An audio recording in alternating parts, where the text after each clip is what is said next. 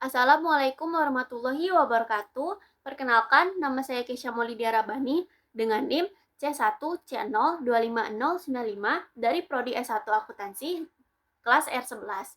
Nah, pada kesempatan kali ini saya akan menjelaskan materi kedua dari mata kuliah perpajakan 1, yaitu pemungutan pajak. Mulai dari stelsel pajak, kendala dalam pemungutan pajak, bentuk perlawanan dari pajak, pihak yang terkait, dan penggolongan pajak. Dengan dosen pengampu, Ibu Nyimas Dian Masyarol dan Bapak Wirmi Eka Putra.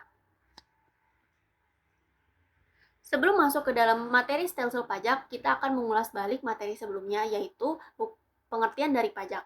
Nah, menurut Mardiasmo, pajak adalah iuran masyarakat yang dipungut berdasarkan undang-undang tanpa kontraprestasi langsung untuk kepentingan umum. Secara garis besar, pajak adalah sumber penerimaan utama negara untuk membiayai pengeluaran rutin dan pembangunan serta menyediakan fasilitas publik seperti pendidikan, kesehatan, fasilitas umum, dan infrastruktur. Nah, ini penting untuk kesejahteraan masyarakat dalam suatu negara. Baik, masuk ke dalam stelsel pajak. Apa itu stelsel pajak? Jadi, stelsel pajak adalah sistem dalam pemungutan pajak yang digunakan untuk menentukan besarnya pajak terutang sesuai ketentuan undang-undang. Secara umum, stelsel pajak terdiri atas 3 jenis. Yang pertama adalah stelsel nyata atau real stelsel. Penjelasan stelsel nyata adalah sistem pemungutan pajak berdasarkan penghasilan yang benar-benar diperoleh oleh wajib pajak itu sendiri. Waktu penetapan ditetapkan setelah akhir tahun pajak dan memiliki kelebihan dan kelemahan. Kelebihannya adalah lebih adil karena sesuai kondisi nyata wajib pajak, serta kelemahannya pajak baru bisa dipungut setelah periode pajak itu berakhir. Nah, yang kedua adalah stelsel anggapan atau fictive stelsel. Nah, stelsel anggapan berbeda dengan stelsel nyata. Stelsel anggapan adalah sistem pemungutan pajak yang didasarkan pada perkiraan atau asumsi yang ditetapkan dalam undang-undang. Dasar penetapan pajak ditentukan sejak awal tahun, biasanya berdasarkan penghasilan pada tahun sebelumnya. Kelebihannya, pajak dapat dipungut dan dibayar selama tahun berjalan. Sedangkan kelemahannya, besarnya pajak tidak selalu sesuai dengan kondisi yang sebenarnya. Nah, beda lagi nih dengan stelsel campuran. Stelsel campuran adalah sistem pemungutan pajak yang menggabungkan stelsel nyata dan stelsel anggapan. Mekanismenya seperti ini. Awal tahun pajak ditetapkan berdasarkan perkiraan, lalu disesuaikan kembali di akhir tahun sesuai keadaan sebenarnya. Penyesuaiannya seperti ini. Jika pajak kurang dibayar, maka harus dilunasi. Sedangkan jika lebih bayar pajaknya, dapat diminta kembali oleh wajib pajak tersebut. Masuk ke dalam sistem pemungutan pajak. Dalam perpajakan terdapat beberapa sistem pemungutan pajak yang mengatur cara penentuan besarnya pajak serta pihak yang berwenang menetapkannya. Sistem ini menentukan peran fiskus, wajib pajak, dan pihak ketiga dalam pelaksanaan kewajiban perpajakan. Yang pertama adalah Official Assessment System. Sistem pemungutan pajak yang memberi kewenangan kepada pemerintah atau fiskus untuk menetapkan besarnya pajak yang harus dibayar oleh wajib pajak. Ciri-cirinya ada 3. Yang pertama, besarnya pajak ditentukan oleh fiskus. Yang kedua, wajib pajak bersifat pasif. Dan yang ketiga, kewajiban pajak timbul setelah diterbitkan surat ketetapan pajak.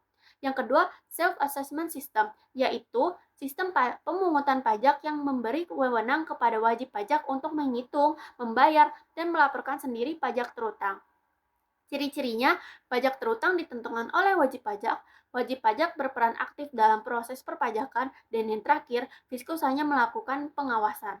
Sedangkan yang terakhir, withholding system adalah sistem pemungutan pajak yang memberi kewenangan kepada pihak ketiga untuk memotong atau memungut pajak terutang wajib pajak. Ciri-cirinya, yang pertama, wewenang pemotongan atau pemungutan ada pada pihak ketiga. Yang kedua, pihak ketiga bukan fiskus dan bukan wajib pajak yang terkait. Dan yang terakhir, pajak dipotong atau dipungut saat terjadi transaksi tertentu. Siapa saja sih pihak-pihak yang terkait dalam pemungutan pajak? Yang terutama adalah pemerintah atau negara yang berwenang mewajibkan warga membayar pajak melalui peraturan perundang-undangan.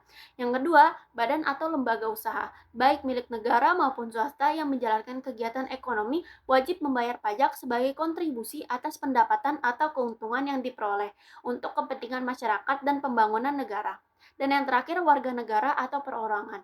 Individu yang bekerja atau berusaha dan memperoleh penghasilan wajib membayar pajak dengan menyisihkan sebagian pendapatannya sebagai kontribusi atas fasilitas dan layanan publik yang dinikmati dari negara. Masuk ke dalam kendala dalam pemungutan pajak. Di sini ada beberapa kendalanya. Yang pertama adalah kendala dari aspek sosialisasi dan pengetahuan.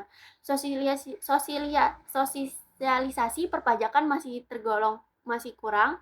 Banyak masyarakat belum memahami manfaat pajak, pengetahuan perpajakan masih rendah, banyak wajib pajak belum paham prosedur pendaftaran, cara menghitung pajak, dan cara melaporkan pajak. Menurut kendala dari sistem administrasi, yang pertama, basis data perpajakan masih belum termasuk optimal. Yang kedua, data masih belum lengkap dan akurat. Menyulitkan pengawasan dalam sistem self-assessment. Dan yang terakhir, berpotensi terjadi pelaporan tidak sesuai kondisi nyata. Kendala dari aspek ekonomi. Kondisi ekonomi mempengaruhi kepatuhan pajak. Yang kedua, wajib pajak berpenghasilan rendah lebih fokus pada kebutuhan pokok mereka sendiri. Dan yang ketiga, pajak dianggap sebagai beban tambahan. Lalu, kendala dari perspektif masyarakat. Rendahnya kesadaran membayar pajak membuat masyarakat tidak membayar pajak. Yang kedua, perspektif negatif terhadap pengelolaan pajak. Yang ketiga, anggapan pajak tidak digunakan secara efektif. Dan yang terakhir, tingginya tarif pajak dianggap memberatkan bagi wajib pajak. Kendala dari aspek regulasi dan penegak hukum. Ketidakkonsistenan peraturan pelaksanaan membuat wajib pajak tidak membayar pajak. Banyaknya pemungutan resmi maupun tidak resmi, lemahnya penegakan hukum, dan birokrasi perpajakan masih rumit. Bentuk perlawanan pajak. Perlawanan pajak merupakan salah satu hambatan dalam pelaksanaan pemungutan pajak. Secara umum, perlawanan pajak dibedakan menjadi beberapa bentuk. Yang pertama adalah perlawanan pasif dan yang kedua perlawanan aktif. Perlawanan pasif adalah sikap masyarakat yang enggan membayar pajak tanpa melakukan tindakan langsung untuk menghindarinya. Biasanya dipengaruhi kondisi sosial dan ekonomi. Faktor penyebabnya, yang pertama, rendahnya pengetahuan dan kesadaran pajak masyarakat. Yang kedua, sistem perpajakan dianggap sulit dipahami. Yang ketiga, lemahnya pengawasan pemerintah. Dan yang terakhir, kebiasaan masyarakat. Misalnya, menyimpan uang di rumah dan belum terbiasa dengan perbankan. Bentuk perlawanan pajak yang kedua adalah perlawanan aktif. Nah, perlawanan aktif ini merupakan tindakan yang dilakukan secara sengaja oleh wajib pajak untuk menghindari atau mengurangi jumlah pajak yang seharusnya dibayarkan. Perlawanan ini dilakukan melalui berbagai cara yang bertujuan untuk meringankan beban pajak oleh wajib pajak. Bentuk perlawanan aktif di sini terbagi menjadi dua, yaitu penghindaran pajak atau tax avoidance dan penggelapan pajak atau tax evasion. Penghindaran pajak adalah upaya mengurangi beban pajak yang dilakukan secara legal dengan memanfaatkan ketentuan perpajakan yang berlaku. Caranya adalah yang pertama, memanfaatkan celah atau kelemahan dalam peraturan perpajakan. Dua, menggunakan fasilitas pajak seperti pengecualian, pengurangan, atau keringanan pajak yang diperbolehkan. Dan yang ketiga, memanfaatkan ketentuan perpajakan yang belum diatur secara jelas. Sedangkan penggelapan pajak merupakan tindakan mengurangi atau menghindari pajak dengan cara melanggar ketentuan perpajakan. Bentuknya antara lain, yang satu, memberikan data atau laporan pajak yang tidak benar. Dua, menyembunyikan penghasilan atau objek pajak wajib pajak. Tiga, tidak melaporkan kewajiban perpajakan secara jujur. Penggelapan pajak termasuk pelanggaran hukum dan dapat dikenakan sanksi pidana sesuai peraturan perpajakan yang berlaku. Masuk ke dalam pengelompokan pajak, di sini terbagi menjadi tiga. Yang pertama, menurut golongannya. Yang pertama adalah pajak langsung. Pajak langsung adalah pajak yang tidak dapat dialihkan kepada pihak lain dan harus ditanggung oleh wajib pajak itu sendiri. Pajak ini dikenakan secara berkala berdasarkan kondisi tertentu, seperti penghasilan atau kepemilikan. Contohnya adalah pajak penghasilan atau PPh. Dan pajak tidak langsung adalah pajak yang dapat dialihkan kepada pihak lain, biasanya kepada konsumen. Pajak ini timbul karena adanya kegiatan tertentu, seperti transaksi jual beli. Contohnya pajak pertambahan nilai atau PPN. Berdasarkan sifatnya, pajak subjektif dan pajak objektif. Pajak subjektif adalah pajak yang pengenaannya didasarkan oleh kondisi pribadi wajib pajak, seperti status, jumlah tanggungan, dan kemampuan ekonomi. Contohnya, pajak penghasilan atau PPh. Dan pajak objektif adalah pajak yang pengenaannya didasarkan oleh objek pajak tanpa memberikan kondisi pribadi wajib pajak. Contohnya, pajak pertambahan nilai atau PPN, pajak penjualan atas barang mewah atau PPNBM. Berdasarkan lembaga pemungutnya, pajak pusat adalah pajak yang dipungut oleh pemerintah pusat untuk membiayai pengeluaran negara dan pembangunan nasional. Contohnya, pajak penghasilan atau PPh, pajak pertambahan nilai atau PPN, pajak penjualan atas barang mewah PPNBM, dan bea materai. Sedangkan pajak daerah adalah pajak yang dipungut oleh pemerintah daerah untuk membiayai kebutuhan dan pembangunan daerah. Jenisnya ada pajak provinsi, termasuk ke dalamnya pajak kendaraan bermotor dan pajak bahan bakar kendaraan bermotor. Lalu ada pajak kabupaten atau kota, yang termasuk ke dalamnya adalah pajak hotel, pajak restoran, dan pajak hiburan. Baik, masuk ke dalam simpulan, pajak merupakan sumber penerimaan negara yang penting untuk membiayai pemerintahan dan pembangunan. Pemungutannya menggunakan stelsel nyata, anggapan, dan campuran yang masing-masing memiliki kelebihan dan kekurangan.